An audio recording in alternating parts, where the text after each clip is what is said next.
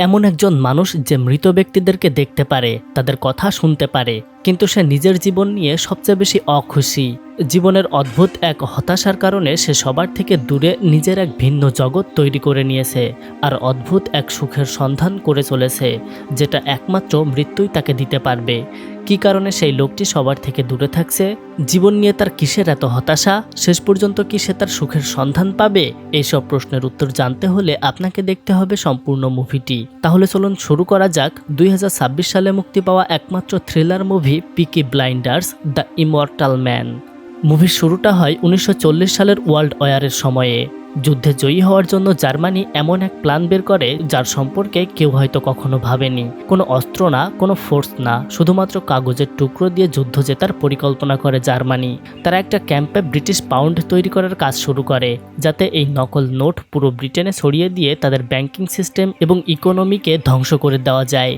এর পরের সিনে ইংল্যান্ডের বার্মিংহামের একটি আর্মস ফ্যাক্টরিকে দেখানো হয়। সেখানে কয়েকজন মহিলা মিলে অস্ত্র তৈরির কাজ করছিল। সেখানে অ্যাগনিস নামের একজন কর্মচারীর জন্মদিন ছিল। তারা সবাই মিলে কেক কাটার প্রস্তুতি নিচ্ছিল।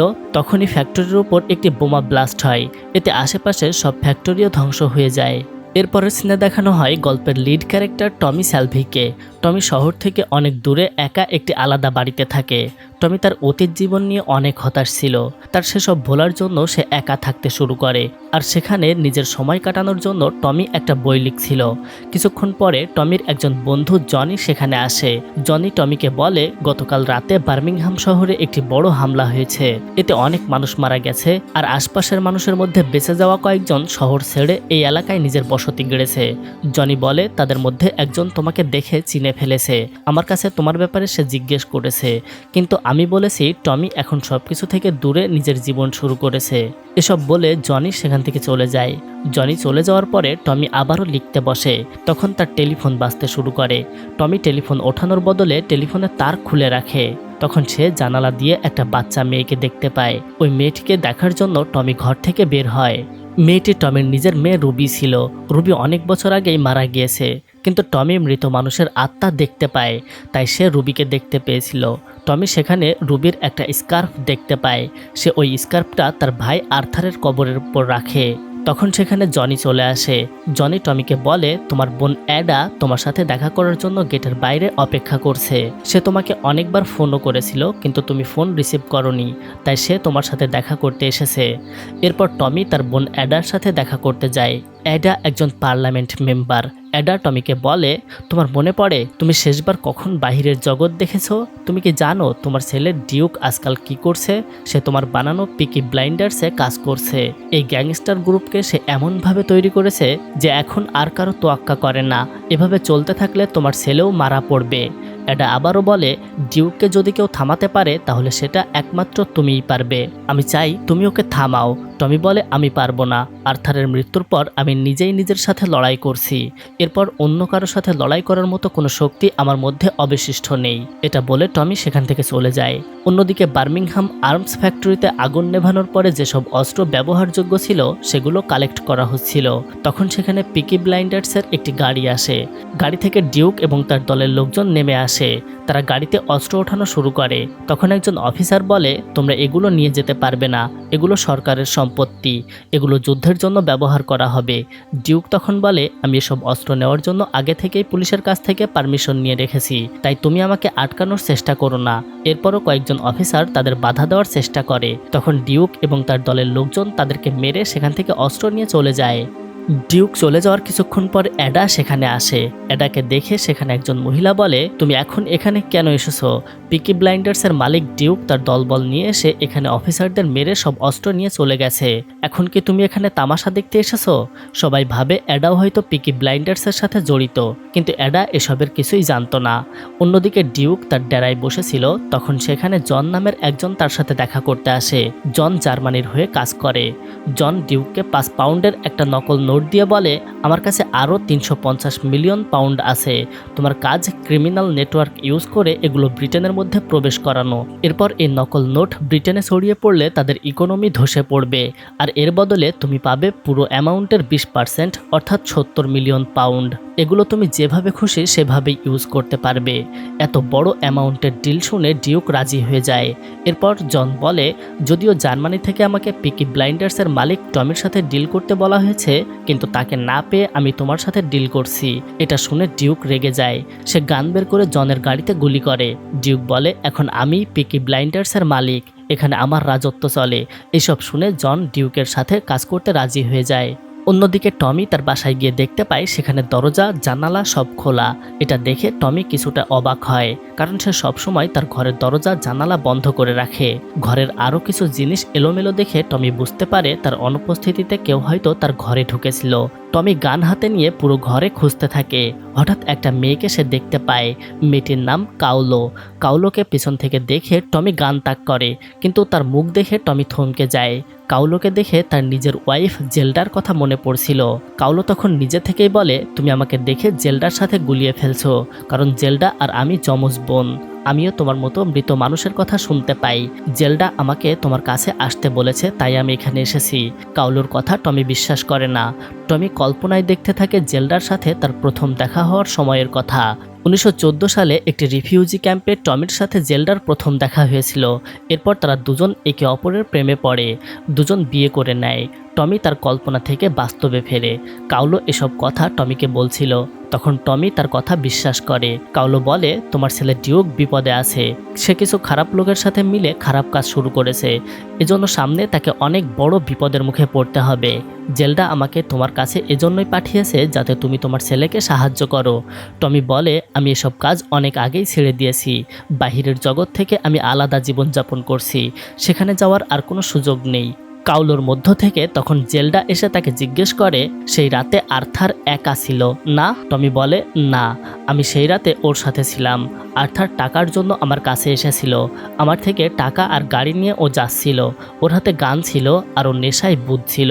ও আমাকে দেখে ওর শত্রু ভেবে গুলি ছুটতে থাকে। আর এরপরে যা হয়েছিল সেটি একটি দুর্ঘটনা ছিল।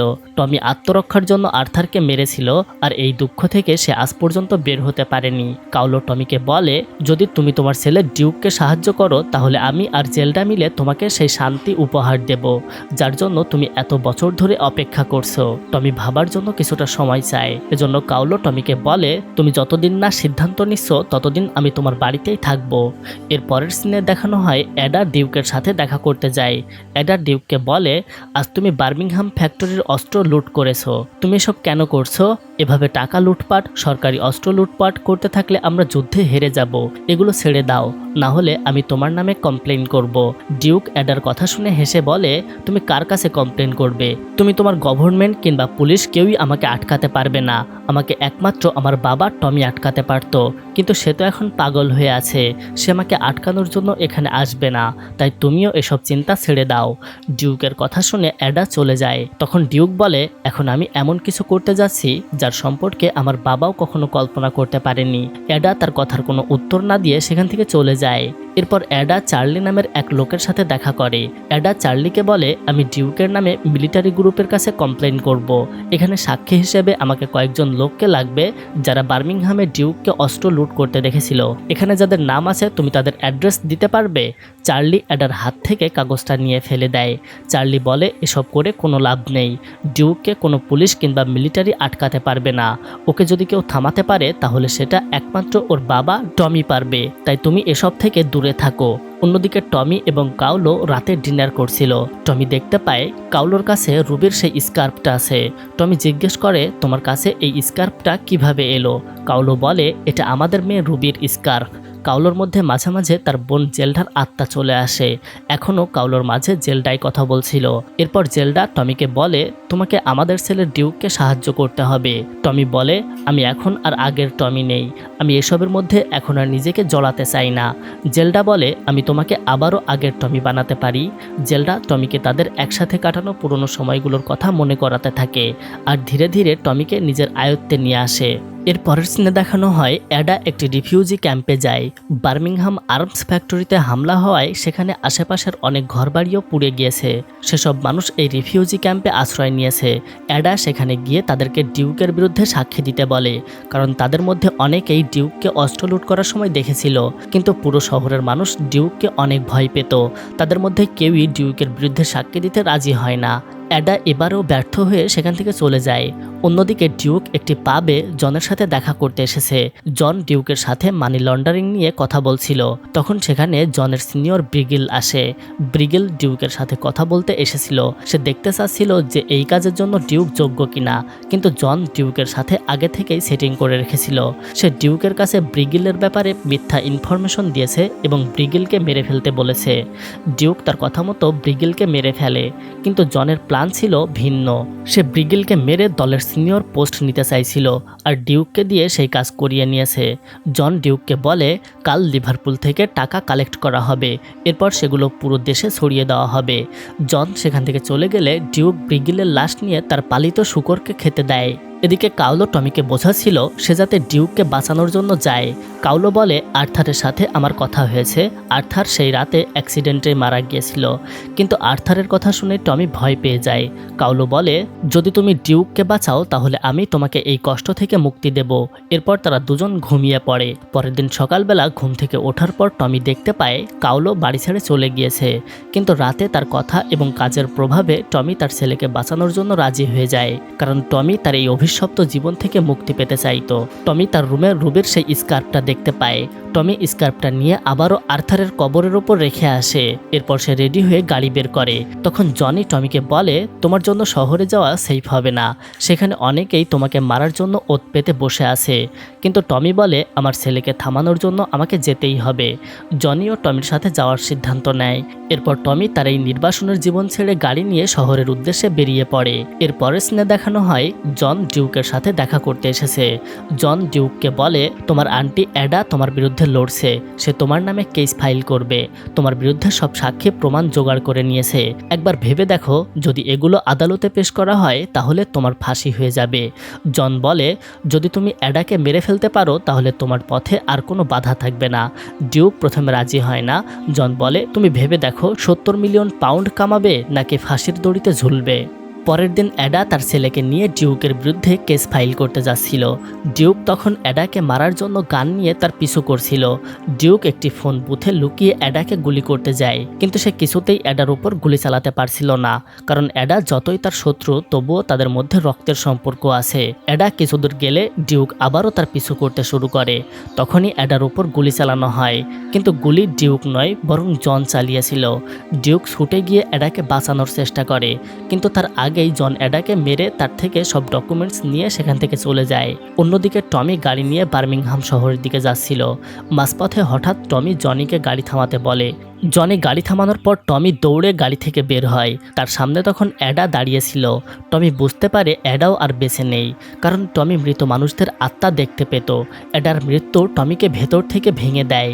এরপর টমি শহরে যায়। সেখানে একজন পুলিশ অফিসার টমিকে জানায় যে অ্যাডাকে তার ছেলে ডিউক মেরেছে। এটা শুনে টমি প্রচণ্ড রেগে যায়। টমি ডিউককে খুঁজতে একটি বারে যায়। টমি সেখানে গিয়ে ডিউকের ব্যাপারে জিজ্ঞেস করে।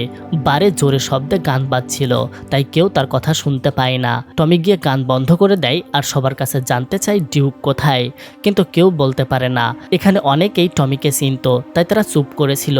কিন্তু একটা ছেলে টমির কাছে এসে বলে তুমি গান কেন বন্ধ করেছো, তাড়াতাড়ি গান চালু করো, আর গান বন্ধ করার শাস্তিস্বরূপ তোমাকে এখন আমার সাথে নাচতে হবে। তখন বারের একটা ছেলে সবাইকে বলে এটা টমি সেলভি। এটা শুনে সবাই ভয়ে চুপসে যায়, কিন্তু ওই ছেলেটা কোনো কথা গায়ে লাগায় না। তাই টমি একটা গ্রেনেডের পিন খুলে সেটা ওই ছেলেটার শার্টের মধ্যে ঢুকিয়ে দেয়। ছেলেটা ভয়ে দৌড়ে বাহিরে চলে যায়। সে গ্রেনেডটা বের করতে পারে না, আর তার ফলস্বরূপ গ্রেনেডটা ব্লাস্ট হয়ে যায়। যে ছেলেটা টমিকে চিনেছিল টমি তাকে বন্দুক তাক করে জিজ্ঞেস করে ডিউক কোথায়। ছেলেটি টমিকে ডিউকের অ্যাড্রেস দিয়ে দেয়। টমি ডিউকের কাছে এসে তাকে এলোপাতাড়ি মারতে শুরু করে। টমি ডিউককে জিজ্ঞেস করে অ্যাডাকে কেন মেরেছো। ডিউক বলে আমি অ্যাডাকে মারিনি, আমি তাকে মারার জন্য গিয়েছিলাম ঠিকই, কিন্তু গুলি আমি করিনি। টমি জিজ্ঞেস করে অ্যাডার খুনিকে। ডিউক বলে জন অ্যাডাকে মেরেছে। জনকে জানতে চাইলে ডিউক তাকে বলে জনের সাথে একটা বড় ডিল করেছিল ডিউক। সবকিছু শুনে টমি বলে তোমার এসব করা উচিত হয়নি। ডিউক এবার তার বাবার দিকে তেড়ে এসে বলে আমার কেন এগুলো করা উচিত হয়নি, বাবা হিসেবে তুমি কি করেছো, কি শিখিয়েছো আমাকে যা দিয়ে গিয়েছো আমি তো সেগুলোই করছি। ডিউকের কথা শুনে টমি সেখান থেকে চলে যায়। এরপর টমি অ্যাডার লাশ দেখার জন্য হসপিটালের মর্গে যায়। অ্যাডাকে দেখে টমি একেবারে ভেঙে ভেঙে পড়ে। টমি অ্যাডার সামনে গিয়ে সেই সত্য স্বীকার করে যার জন্য সে বাহ্যিক পৃথিবী ছেড়ে দিয়ে নিজের আলাদা জগৎ তৈরি করার সিদ্ধান্ত নিয়েছিল, যেই ভুলের জন্য টমি আজও পস্তাচ্ছে। টমি বলে, সেই রাতে আমি আর্থারকে মেরেছিলাম।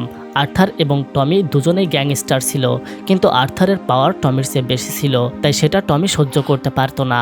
এ কারণে সেই রাতে যখন আর্থার নেশাগ্রস্ত অবস্থায় ছিল তখন টমি আর্থারকে মেরে ফেলে। কিন্তু আর্থারকে মেরে ফেলার পর টমি প্রতি মুহূর্তে অনুতপ্ত হতে থাকে।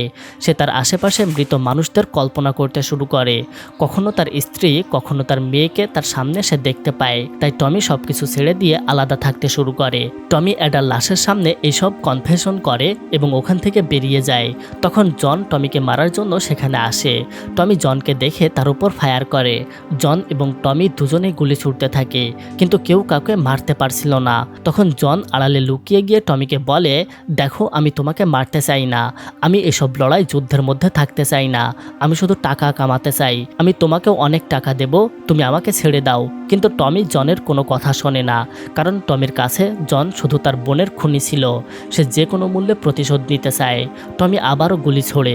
জনের গুলি শেষ হয়ে গিয়েছিল, তাই জন ওখানে বেঁধে রাখা ঘোড়াগুলোকে ছেড়ে দেয়, আর সেই ফাঁকে সে ওখান থেকে পালিয়ে যায়। টমি জনকে মারতে না পেরে অনেক রেগে যায়।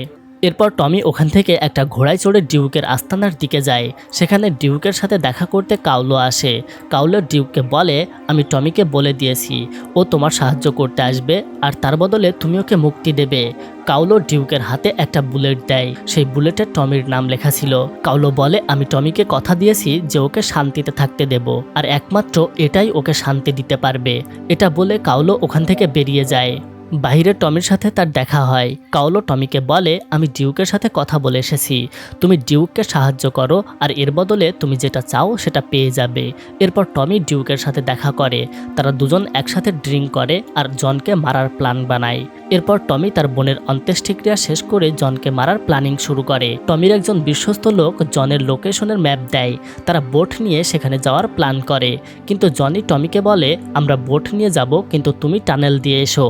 অন্যদিকে ডিউক জনকে ফোন করে বলে, আমার বাবা তোমাকে মারতে চাচ্ছে, আমি তোমাকে বাঁচাতে পারি, কিন্তু এর জন্য তোমার আমাকে সেই 70 মিলিয়ন পাউন্ড দিতে হবে। এতে তোমার জীবনও বাঁচবে, আর আমরা আবারও পার্টনার হিসেবে কাজ করতে পারবো।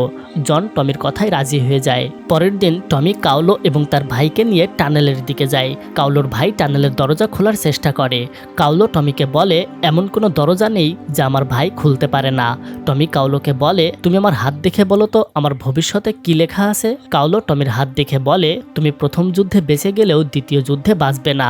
এরপর কাউলোর ভাই টানেলের দরজা খুলে দিলে টমি সেই রাস্তা দিয়ে যেতে শুরু করে। অন্যদিকে ডিউক জনের ডেরায় তার সাথে দেখা করতে যায়। সেখানেই সেসব নকল নোট রাখা ছিল। ডিউক জনকে তার বাবার প্ল্যানের ব্যাপারে সব বলে দেয়। ডিউক জানায় যে তারা 3টা বোট নিয়ে হামলা করতে আসবে, তাই আমাদের আগে থেকেই প্রস্তুত থাকা উচিত। ডিউকের কথা মতো জন তার লোকজনকে বোট আটকানোর জন্য পাঠিয়ে দেয়। জনের লোক বোট আসতে দেখে গুলি ছুটতে শুরু করে। বোটের মধ্যে থাকা বাকিরা নিজেদের জীবন বাঁচানোর জন্য পালিয়ে যেতে থাকে, কিন্তু জনি তার বোটের মধ্যে কিছু একটা করতে থাকে। এরপর সে বোট সামনের দিকে চালিয়ে দিয়ে পানিতে ঝাঁপ দেয়। জনি বোটের মধ্যে বোম অ্যাক্টিভেট করে গিয়েছিল, তাই বোট তীরে গিয়ে ব্লাস্ট হয়ে যায়, আর এতে জনের সব লোক মারা যায়। বিস্ফোরণের শব্দ শুনে জন আতঙ্কিত হয়ে যায়। জন বুঝতে পারে যে ডিউকও তার বাবার সাথে মিলে আছে। ডিউক তার বাবার সাথে মিলেই সব প্ল্যান করেছে, আর এদিকে এসে জনের কাছে ভালো সেজে তাকে সাবধান করার অভিনয় করে তার লোকদের মেরেছে। জন ডিউকের ওপর রেগে গিয়ে তার উপর বন্দুক তাক করে, আর তখন টমি টানেলের মধ্যে একটা বিস্ফোরণ করে। এতে জন পড়ে যায়। ডিউক সেখান থেকে পালিয়ে যায়। এর মধ্যে টমি, চার্লি এবং তার টিম জনের ডেরায় পৌঁছে যায়। জনের সাথে টমির দলের লোকদের মারামারি শুরু হয়। এসবের মধ্যে টমি একটা ল্যান্ডমাইন নিয়ে সেটাকে টাকার বক্সের নিচে রেখে সেখান থেকে দৌড়ে পালিয়ে যায়। কিছুক্ষণ পরে ল্যান্ডমাইন ব্লাস্ট হয়ে জনের 350 মিলিয়ন পাউন্ড জ্বালিয়ে দেয়। জন এসব দেখে রাগে দুঃখে ভেঙে পড়ে, কিন্তু তার জীবন বাঁচানোর জন্য এখান থেকে পালানো জরুরি ছিল, তাই জন তার গাড়ি নিয়ে বেরিয়ে পড়ে। কিন্তু টমি গান নিয়ে জনের গাড়ির সামনে এসে দাঁড়ায়। টমি চাইলেই জনকে মেরে ফেলতে পারত, কিন্তু সে নিজেও এসব থেকে মুক্তি পেতে চায়, তাই টমি জনের গুলি করার অপেক্ষা করতে থাকে। জন টমিকে 2বার গুলি মারে। এরপর জন গাড়ি নিয়ে সামনের দিকে আগাতে থাকে। তখন টমি জনকে গুলি করে, আর গুলি গিয়ে গিয়ে সোজা জনের মাথায় লাগে। জন সেখানেই মারা যায়। কিন্তু টমি গাড়ির সামনে থেকে সরে না। টমিও গাড়ির নিচে পড়ে নিজের জীবন দিয়ে দিতে চায়। গাড়ি টমির কাছাকাছি চলে আসে, কিন্তু তখনই ডিউক এসে টমিকে সরিয়ে নেয়। ডিউক তার বাবাকে বাঁচাতে পেরে আনন্দিত হয়, কিন্তু টমি তাকে বলে, এবার তোমার কথা রাখার সময় এসে গিয়েছে। কাউলো তোমাকে যে বুলেট দিয়েছিল সেটি দিয়ে আমাকে শ্যুট করো। ডিউক প্রথমে তার বাবার কথা শুনতে চায় না, কিন্তু টমি তাকে বারবার অনুরোধ করতে থাকে। ডিউক বুঝতে পারে এই একটা কাজই তার বাবাকে এতদিনের জমে থাকা অপরাধবোধ থেকে মুক্তি দিতে পারে। এই জায়গায় টমি শান্তি খুঁজে পাবে। তাই ডিউক কাউলোর দেওয়া বুলেটটা দিয়ে টমিকে শ্যুট করে। টমি সেখানেই মারা যায়। মৃত্যুর সময় টমি তার জীবনের সবচেয়ে সুন্দর মুহূর্তগুলোর কথা মনে করতে থাকে, যেখানে তার স্ত্রী জেলডা, ছেলে ডিউক আর মেয়ে রুবিকে নিয়ে একটা সুন্দর জীবন পার করছিল। এসব মনে করতে করতেই টমি মারা যায়। ডিউক তার বাবার মৃত্যুতে একেবারে ভেঙে পড়ে। বাকি সবাইও টমির মৃত্যুতে অনেক দুঃখে পায়। এরপর ডিউক টমির বডি নিয়ে তার অন্ত্যেষ্টিক্রিয়ার জন্য যায়। সেখানে কাউলো, চার্লি এবং জনিও ছিল। টনি সবার জন্য একটা লাস্ট মেসেজ লিখে রেখে যায়। সেখানে লেখা ছিল, আমার মৃত্যুর পরে আমার গাড়ি চার্লিকে দিয়ে দাও। আমার যত মূল্যবান জিনিস আছে সেগুলো পাবে দিয়ে দিও। আমার প্রিয় ঘোড়া তাকে দিয়ে দিও, যে ওকে কখনো কাজ করাবে না। আমার গুলি তাকে দিও, যে এতে কারো নাম লেখাবে না। আর আমার বন্দুক তাকে দিও, যে কখনো এটিকে কারোর উপর চালাবে না। টমি স্যালভির এই মেসেজের মধ্য দিয়েই এখানেই এই মুভিটা শেষ হয়। আর এভাবেই টমি এবং ডিউকের জন্য ব্রিটেনের ইকোনমি ধ্বংসের হাত থেকে বেঁচে যায়। ডিউক পরবর্তীতে তার সব পাপ কাজ ছেড়ে দেয়, আর টমি তার অপরাধবোধ থেকে মুক্তি পায়।